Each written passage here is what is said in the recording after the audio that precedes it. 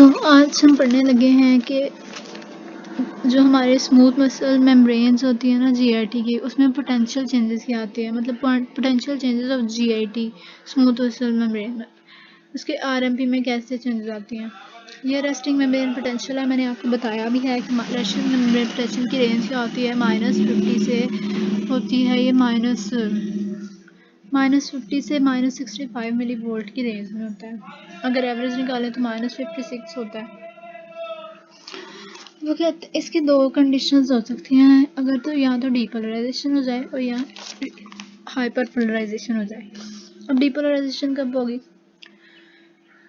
ये माइनस है ना, -50 और ये -40, ये ऊपर जा रहा है, पॉजिटिविटी की तरफ जा रहा है। या दूसरे लफ्ज़ों में बात करें कि अगर ये ऊपर जाएगा, ऊपर को जाएगा तो ये हो जाता है लेस नेगेटिव और नीचे को आएगा तो मोर नेगेटिव हो जाएगा। ठीक है, अब जब ऊपर को जाएगा, अब जब लेस नेगेटिव हो जाएगा ना, जब पोटेंशियल लेस नेगेटिव हो जाएगा तो तब मसल फाइबर्स जो होते हैं ना, मसल फाइबर्स वो मोर एक्साइटेबल हो जाते हैं, मोर एक्साइटेबल हो जाते हैं जब ये लेस नेगेटिव हो जाता है। जब ये आरएमपी लेस नेगेटिव हो जाता है ना, तो तब क्या होता है, तब ये मसल फाइबर्स मोर एक्साइटेबल हो जाते हैं और स्टेट को हम कहते हैं डीपोलराइजेशन। ठीक है, अब डीपोलराइजेशन किन किन वजह से हो सकती है, सब इसके 4 फैक्टर्स हैं कि स्ट्रेच की वजह से हो सकती है, ठीक है, एसिटाइलकोलिन की वजह से हो सकती है, पैरासिम्पैथेटिक स्टिमुलेशन की वजह से हो सकती है, और इसके अलावा स्पेसिफिक जीआईटी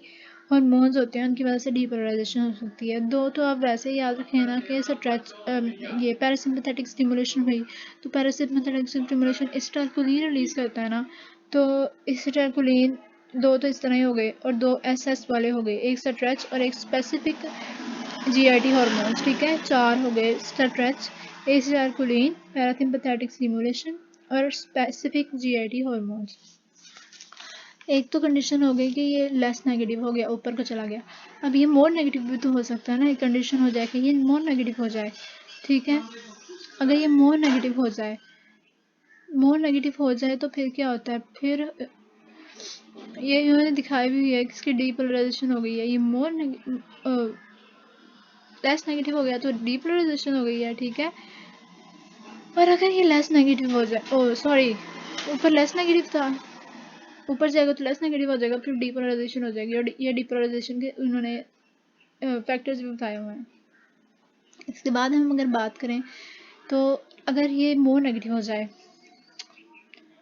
मोर नेगेटिव हो जाए मतलब नीचे की तरफ आ जाए, तो फिर क्या कंडीशन हो जाती है, उसको कहते हैं हम हाइपर पोलराइजेशन। जब ये मोर नेगेटिव हो जाता है ना, तो तब मसल फाइबर्स लेस एक्साइटेबल हो जाते हैं, तो उस कंडीशन को हम कहते हैं हाइपर पोलराइजेशन। अब हाइपर पोलराइजेशन फैक्टर्स क्या होते हैं, उससे रिवर्स कर देने हैं। उसमें पैरासिम्पैथेटिक स्टिमुलेशन करी थी, इसमें सिंपैथेटिक स्टिमुलेशन कर देनी है। ठीक है, इसके अलावा इसमें एपिनेफ्रिन या नोर एपिनेफ्रिन हार्मोन्स आ जाएंगे। ये तो हो गया इसमें चेंजेस क्या थी। अब जीआईटी के जो मसल्स हैं उनमें टोनिक कॉन्ट्रैक्शंस रहती है, नॉर्मली टोनिक कॉन्ट्रैक्शंस रहती है जीआईटी के मसल्स में। अब टोनिक कॉन्ट्रैक्शंस क्या होती है, जो जीआईटी के मसल्स होते हैं ना, उनमें जो नॉर्मल कॉन्ट्रैक्शन होती है ना, नॉर्मली वो रिलैक्स तो नहीं होते, नॉर्मली उनमें टेंशन सी होती है।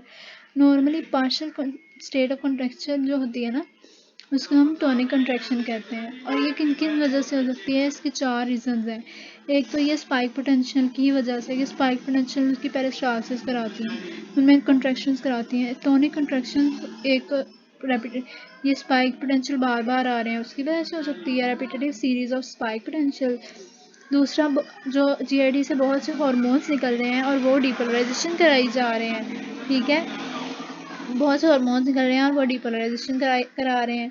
तीसरी बात कि जो हम स्पाइक पोटेंशियल या डीपोलराइजेशन होती क्यों है, कैल्शियम की वजह से होती है ना, तो कंटिन्यूअस एंट्री हुई जा रही है, कंटिन्यूअस एंट्री हो रही है किसकी, कैल्शियम की, उसकी वजह से मसल कंट्रैक्शन हो रही है। 3 फैक्टर्स बताए मैंने आपको, स्पाइक पोटेंशियल, हार्मोन्स और कैल्शियम एंट्री। ठीक है,